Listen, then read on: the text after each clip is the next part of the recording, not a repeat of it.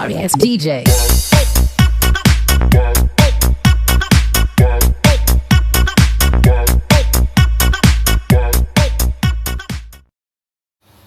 Nah, di sini saya ingin menjelaskan mengenai ukuran kemiringan. Nah, sebelum itu, apakah kalian tahu apa itu ukuran kemiringan? Nah, ukuran kemiringan adalah ukuran yang menyatakan sebuah model distribusi yang mempunyai kemiringan tertentu. Apabila diketahui besarnya nilai ukuran ini, maka dapat diketahui pula bagaimana distribusi itu simetrik, positif, ataupun negatif. Jadi ada 3 jenis dari distribusi ukuran kemiringan ini. Nah, 3 jenis model distribusi itu jika diberikan bentuk gambarnya adalah seperti ini. Yang pertama, distribusi positif, ini mengarah ke kanan. Jadi modus, median, dan rata-rata mengarah ke kanan. Yang kedua ada distribusi simetrik. Distribusi simetrik terjadi ketika rata-rata, modus, dan juga median berada di tengah-tengah atau memiliki besaran yang sama semua. Nah, yang ketiga ada distribusi negatif. Nah, distribusi negatif ini terjadi ketika modus, median, dan juga rata-rata itu mengarah ke arah kiri. Jadi, artinya itu negatif. Nah, untuk mengetahui distribusi apa yang digunakan, kita harus mengetahui terlebih dahulu berapa koefisien kemiringan dari suatu data. Untuk mengetahui apakah sekumpulan data mengikuti model distribusi positif, negatif, atau simetrik, hal ini dapat dilihat berdasarkan nilai koefisien kemiringannya. Dan ada beberapa cara untuk menghitungnya. Yang pertama, dari Pearson. Nah, dari Pearson ini ada 2 cara yang digunakan untuk data tunggal dan juga data kelompok.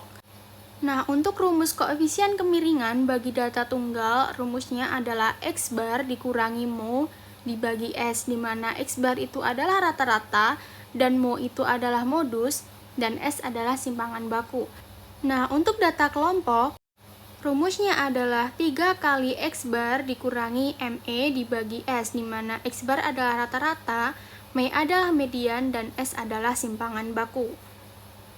Rumus kedua yang dapat digunakan adalah jika menggunakan nilai kuartil. Nah, jika menggunakan nilai kuartil, rumusnya adalah kuartil 3 dikurangi 2 kali kuartil 2 ditambah kuartil 1 dibagi kuartil 3 dikali kuartil 1. Rumus ketiga yang dapat kita gunakan adalah jika menggunakan nilai persentil. Nah, jika menggunakan nilai persentil, rumusnya adalah persentil 90 dikurangi 2 kali persentil 50 ditambah persentil 10 dibagi persentil 90 dikurangi persentil 10. Nah, jadi itu ada rumus koefisien kemiringan jika kita menggunakan nilai persentil. Nah, perlu diingat kembali bahwa jika koefisien kemiringan sama dengan 0, maka data adalah simetris. Jadi, X bar, me, dan juga mo itu berada di tengah-tengah dan bernilai sama. Sedangkan, jika koefisien kemiringan lebih besar dari 0, maka data menceng ke kanan. Yang terjadi adalah mereka mengarah ke kanan. Jadi, antara median dan modus itu mengarah ke kanan. Nah, jika koefisien kemiringan lebih kecil daripada 0, maka data menceng ke kiri. Itu artinya mereka ke arah yang negatif. Jadi, antara median dan modus mengarah ke kiri. Nah, setelah kita mengetahui hal tersebut, mari kita terapkan teori-teori tadi ke dalam sebuah soal. Nah, ini terdapat contoh soalnya. Misalkan berat badan bayi dicatat dalam kilogram yang baru lahir selama seminggu tertentu di rumah sakit bersalin sehat dapat dilihat dalam tabel di bawah ini. Berat badan 2,5 sampai 2,6 kilo ada 2 bayi, 2,7 sampai 2,8 kilo ada 3 bayi, 2 sampai 9 sampai 3 kilo ada 5 bayi, 3,1 sampai 3,2 kilo ada 7 bayi, 3,3 sampai 3,4 kilo ada 6 bayi, 3,5 sampai 3,6 kilo ada 5 bayi.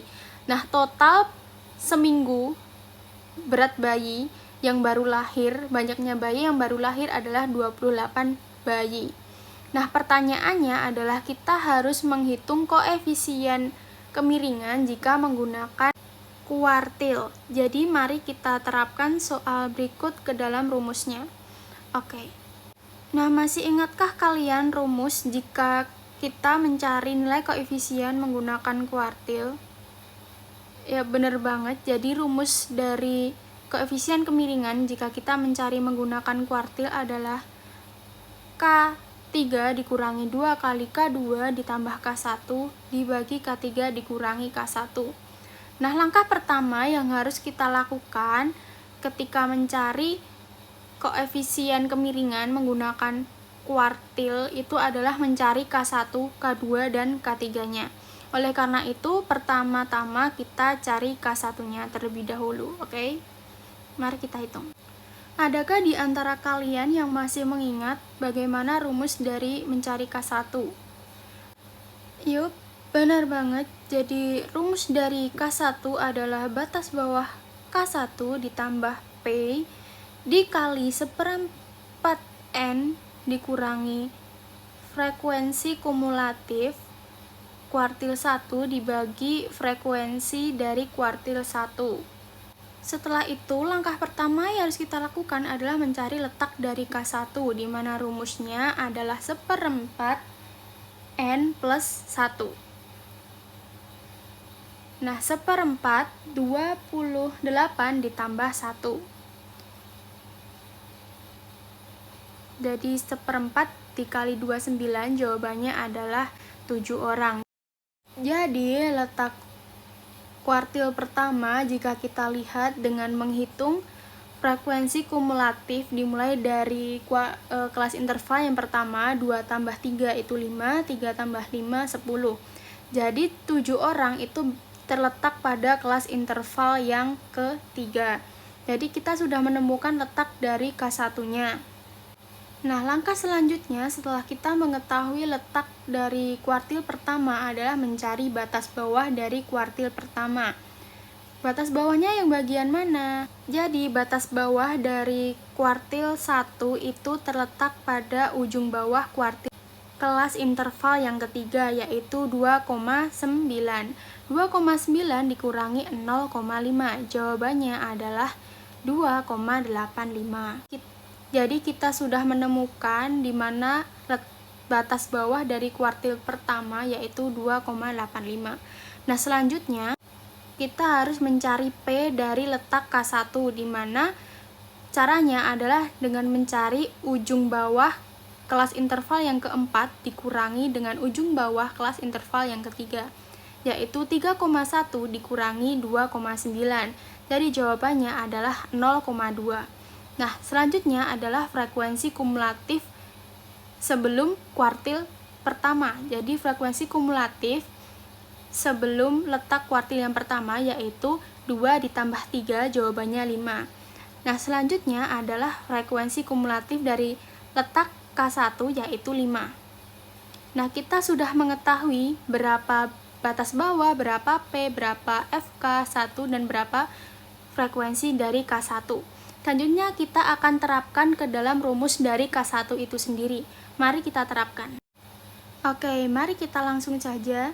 Jadi batas bawahnya tadi adalah 2,85 ditambah P-nya 0,2 dikali 7 dikurangi 5 dibagi 5 sama dengan 2,8 ditambah 0,2 dikali 0,4.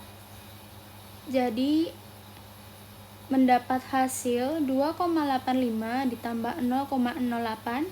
Hasil akhirnya adalah 2,93. Jadi kuartil pertama setelah kita hitung tadi jawabannya adalah 2,93. Nah, setelah kita mengetahui apa jawaban dari kuartil 1, langkah selanjutnya kita harus menghitung K2 dan juga K3. Nah, cara menghitung K2 dan juga K3 itu sama seperti mencari K1 tadi, jadi masih menggunakan tata cara dan urutan pengerjaan yang sama. Jadi, mari kita hitung. Nah, setelah kita menghitung menggunakan cara yang sama seperti kuartil pertama tadi, hasil dari K2-nya adalah 3,16. Jadi rumusnya masih sama, cara pengerjaannya sama. Nah, untuk K3-nya jawabannya adalah 3,38. Jadi cara pengerjaannya masih sama, perbedaan rumus di K1, K2, dan K3 hanya terletak pada pembagiannya. Jadi ketika K1 menggunakan pembagian 1/4, K2 menggunakan pembagian 2/4, K3 menggunakan pembagian 3/4. Seperti itu. Nah, setelah kita mengetahui K1, K2, dan K3, mari kita terapkan ke dalam rumus koefisien kemiringan. Nah, rumusnya adalah K3 dikurangi 2 kali K2 ditambah K1 dibagi K3 dikurangi K1. Mari kita langsung terapkan saja. K3-nya adalah 3,38. Jadi mari kita tulis untuk K3-nya 3,38. Setelah itu kita kurangi dengan 2 kali kuartil 2. Jadi kuartil 2 itu 3,16. Jadi kita tulis 2 kali 3,16. Nah, selanjutnya kita tambahkan dengan kuartil 1. Mari kita lihat kembali berapa kuartil 1. Nah, kuartil 1 itu jawabannya adalah 2,93. Nah, selanjutnya kita bagi dengan K3 dikurangi K1. Nah, K3-nya adalah 3,38 dikurangi K1-nya 2,93. Nah, langsung saja mari hitung pakai kalkulator. Jadi jawaban dari pembilang dan penyebutnya berapa? Nah, untuk pembilangnya jawabannya adalah minus 0,01 dan untuk penyebutnya adalah 0,45. Nah, berapa hasil akhir dari penghitungan koefisien kemiringan ini? Hasil akhirnya adalah minus 0,22. Jadi, begitulah caranya kita menghitung koefisien kemiringan dari suatu data. Caranya memang cukup rumit, bahkan bisa dibilang rumit, kita harus mencarinya satu persatu terlebih dahulu.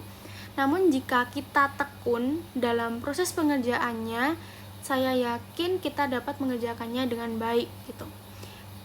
Jadi sekian saja video dari saya. Apabila ada kesalahan saya mohon maaf. Wassalamualaikum warahmatullahi wabarakatuh. Terima kasih. Sampai jumpa lagi. Bye-bye.